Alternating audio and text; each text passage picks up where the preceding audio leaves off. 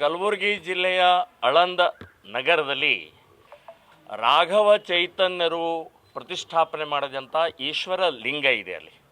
So ಅದನ್ನು ಮುಸ್ಲಿಮರ ಅತಿಕ್ರಮಣ ಮಾಡಿಕೊಂಡು ಇವತ್ತು ದರ್ಗಾ ಮಾಡ್ಕೊಂಡಿದ್ದಾರೆ, ಉರುಸ್ ಮಾಡ್ತಾರೆ. ಸೊ ಅಲ್ಲಿ ಭಾಳ ದೊಡ್ಡ ಪ್ರಮಾಣದಲ್ಲಿ ಇವತ್ತು ಅತಿಕ್ರಮಣ ಮಾಡ್ಕೊಂಡಿದ್ದಾರೆ. ಸೊ ಅದರ ವಿರುದ್ಧ ಈಗ ಅಲ್ಲಿ ರಾಘವ ಚೈತನ್ಯ ಈಶ್ವರದ ಲಿಂಗ ಮೇಲೆ 2 ವರ್ಷದ ಹಿಂದೆ ಮಲಮೂತ್ರ ಮಾಡಿದರು. ಸೊ ಅದರ ವಿರುದ್ಧ ನಾವು ಹೋರಾಟವನ್ನು ಮಾಡುವಂಥ ಸಂದರ್ಭದಲ್ಲಿ ಸಂಘರ್ಷ ಆಯಿತು. ಸೊ ನನಗೆ ಒಳಗಡೆ ಪ್ರವೇಶನೇ ಬಿಡಲಿಲ್ಲ, ಬ್ಯಾನ್ ಮಾಡಿದರು. ಕಲಬುರಗಿಯ ಬಾರ್ಡರ್ನಲ್ಲೇ ನನಗೆ ತಡೆದು ಬ್ಯಾನ್ ಮಾಡಿದ್ದಾರೆ.